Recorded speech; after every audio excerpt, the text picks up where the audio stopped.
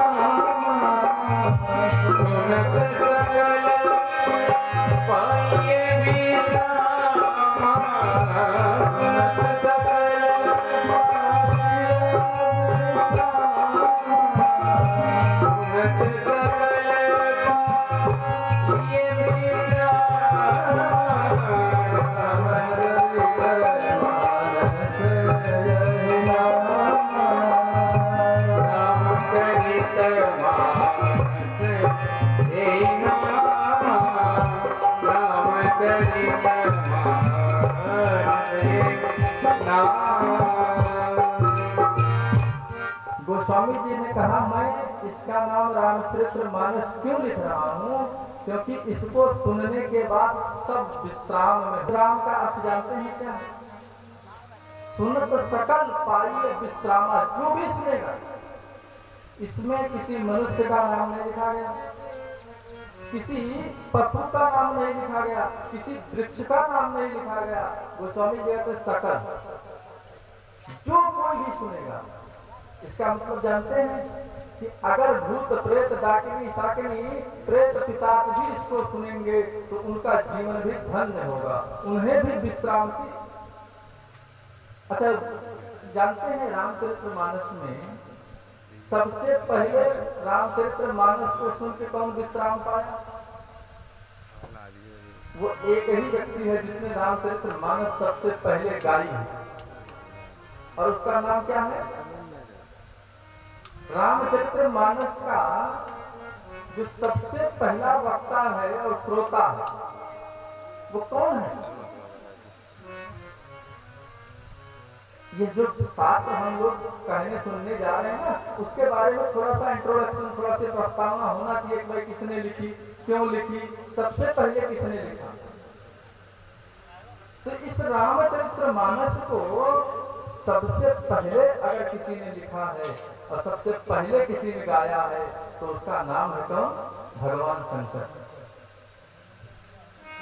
भगवान भोलेनाथ ने सबसे पहले इस रामचरितमानस को गाया है। और गोस्वामी जी इस पर दस्तखत करते हैं। मैंने क्या, मैं अपने मन से कह रहा हूं। गोस्वामी जी लिखते हैं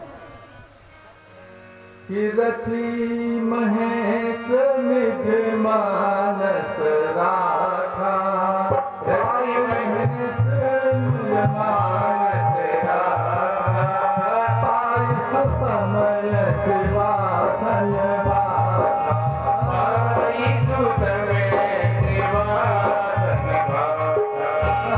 रथी महेश निज मानस राखा, पाई सुसमय शिवाधन बाखा, रथी महेश निज मानस राखा, पाई सुसमय शिवाधन बाखा। गोस्वामी जी कहते रथ महेश निज मानस राखा। गोस्वामी बाबा कहते हैं कि इसकी रचना तो सबसे पहले बाबा जी ने भोले बाबा करके और अपने मानस सरोवर में रखे। देखो, एक ये मन को भी मानस कहा जाता है और सरोवर को भी मानस कहा जाता है। मैं आपसे निवेदन करूं कि गोस्वामी जी किसी ने कहा, महाराज ये रामचरितमानस का क्या अर्थ? आपने तो राम जी को आगे रख दिया, मानस को पीछे, चरित्र बीच में रखा, क्यों? बोले इस दुनिया में अगर राम जी अपनी जगह पर बड़े हैं, मानस अपनी जगह पर बड़ा है, लेकिन चरित्र तो सब जगह बड़ा होता है। इस दुनिया में जिसका चरित्र उज्जवल होता है वही संसार में पूजनीय होता है। जिसका चरित्र उज्जवल नहीं है वो कितना भी बड़ा हो जाए, कितना भी धनाढ्य हो जाए, बेकार है साहब। इसलिए गोस्वामी जी कहते हैं सबसे मूल जो है वह चरित्र है, और इसलिए मैंने राम जी को आगे नहीं रखा, चरित्र को मैंने बीच में रखा। और आपने देखा होगा कि जो व्यक्ति ज्यादा इम्पोर्टेंट होता, ज्यादा महत्वपूर्ण होता ना, उसको लोग छुपा के रखते हैं।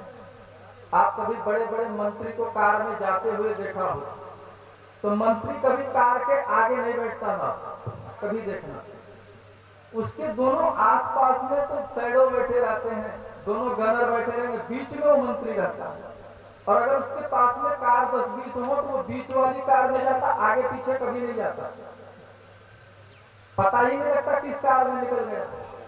मतलब जो जितना महत्वपूर्ण होता है ना, उसको उतना अंदर रखा जाता है। और मैं आपसे निवेदन करूं कि इस जीवन का सबसे मूल अगर है वो है चरित्र। इसलिए जीवन में सबको अपने चरित्र को बचा करके रखना चाहिए। सबसे पहले चरित्र का निर्माण होना चाहिए।